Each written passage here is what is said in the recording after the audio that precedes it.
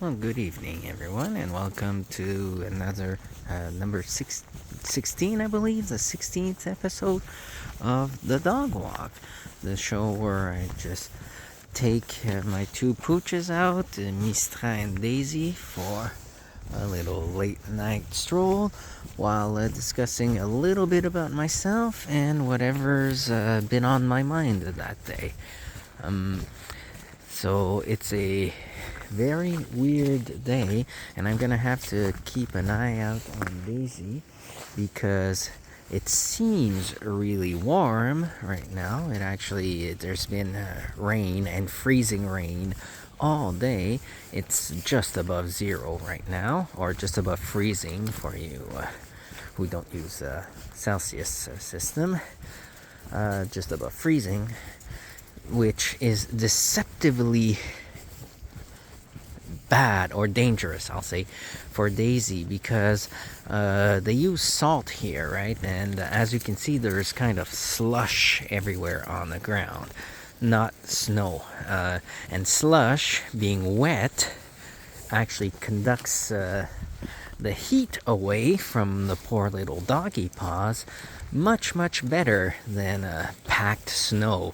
And you add the salt in there and everything, it's actually pretty nasty. So surprisingly, this can be colder for the dog paws than colder temperatures after things have frozen over.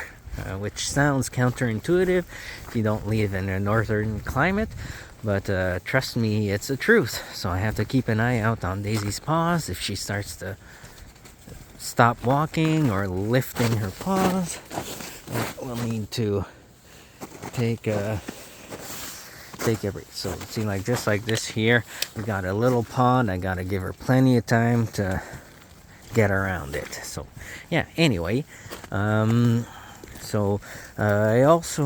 wanna, since yesterday I believe I filmed in 0.6 zoom format like this here. I'm not sure if that was good enough because I think there were some pretty dark parts, and I haven't had a chance to review the video quite yet. In fact, as I will be walking tonight, I have scheduled the release of the first episode of the dog walk to YouTube. So if ever you do watch this and you were around when I first released the first episode, that would be cool to know down in the comments. But anyway, since I'm not sure that the light levels will be good enough at 0.6 zoom, I think I'm gonna go back to continuing to film at 1 normal zoom until I've had a chance to look it all over. Where are you going? You are going that way, so we're good. Okay. So, what do I want to talk about today? There's a few different things, and I've actually just realized that the quick thing that I wanted to mention has slipped my mind, so I'll skip that, and I'll go straight to talking a little bit about yesterday. For those who didn't catch the previous episode, I went on a long ramble where I was intending to discuss AI and Pal World and widely, not correct, but inform, I'll say, some of the respond to the comments made by some uninformed viewers of an Asmongold video that I watched. The problem with that is because I hadn't really thought of organizing the knowledge well in my mind before I started to talk, I feel like I was really all over the place, and I'm not sure that I made my points coherently. Sorry, I think I'll have to... Wait, Daisy. Wait. I'll have to pick her up because this would be really bad for her paws. Come on. Oh, sorry, and we got me stop pulling the other way. I might have to take a different... So anyway, I thought that... and because I was so convoluted, I barely kind of introduced the topic and then never got to my actual points. So what I'm hoping to do today is perhaps to do, a take two of what I was trying to say yesterday, sort of summarize the 35 or whatever 40-minute talk that I did yesterday into, this is really not, I'm gonna have to get out of the park. We're gonna have to take a different route today. Sorry. Less scenic, perhaps.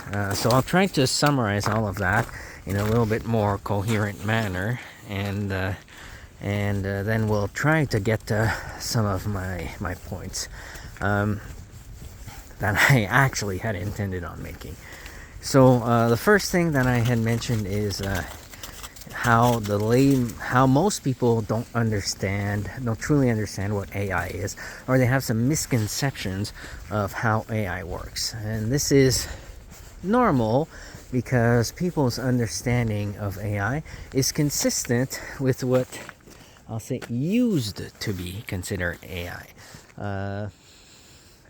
I want to say I'm going to say 25 years ago, it's probably a little bit more than that. People started to realize that there are other ways to program AI than the traditional way, which is what you are probably thinking of. The type of AI that beat Gary Kasparov at chess, and which are basically expert systems. So that category of AI still exists. In fact, many of the let's say tech support chatbots, or phone menus and things like that that you access on a day-to-day basis, that replace previously a human operator or human typing at a keyboard.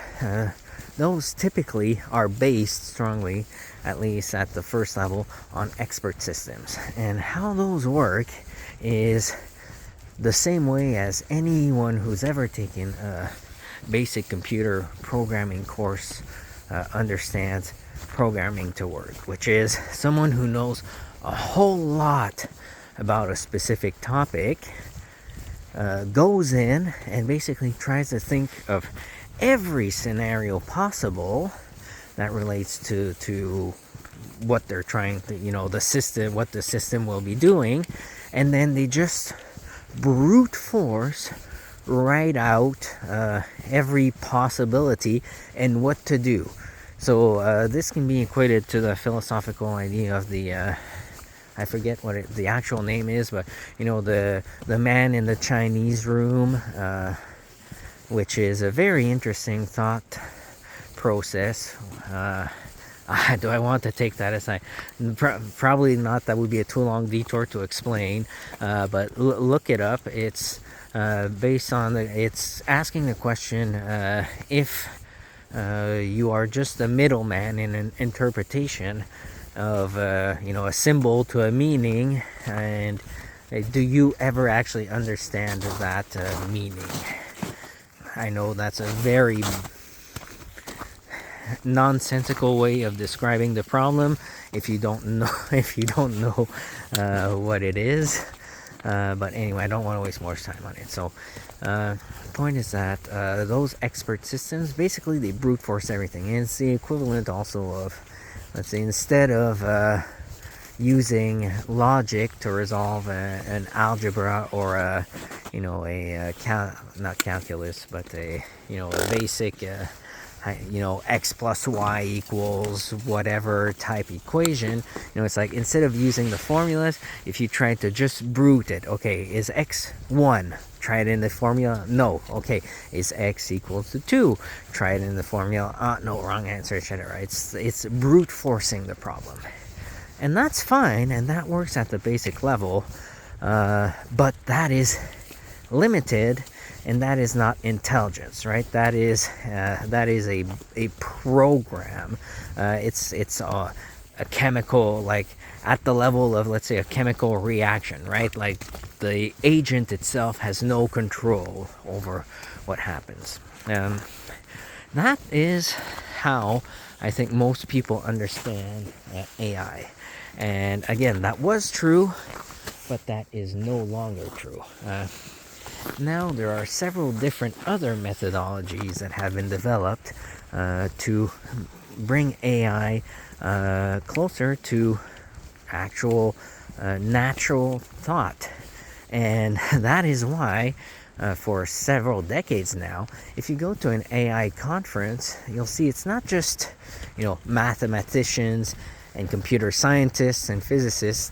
There's psychologists, and there's all of those types of humanities professions that are present. Oh, what do you see at those conferences? Because really, we are truly training these AI systems, getting them to learn in the exact same way as any biological system learns. And they've proven that by doing experiments with literal, actual, live biological neurons that they put on transistor boards and that they built up into neural nets.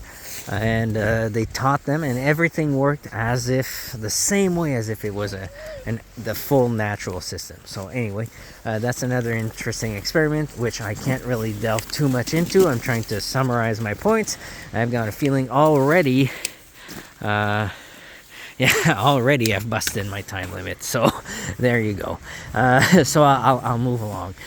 Point is that the way, one of the many ways, because there's also things like genetic algorithms, which are algorithms that respond in a certain way and that will iterate through generations and generations and basically optimize themselves and weed out.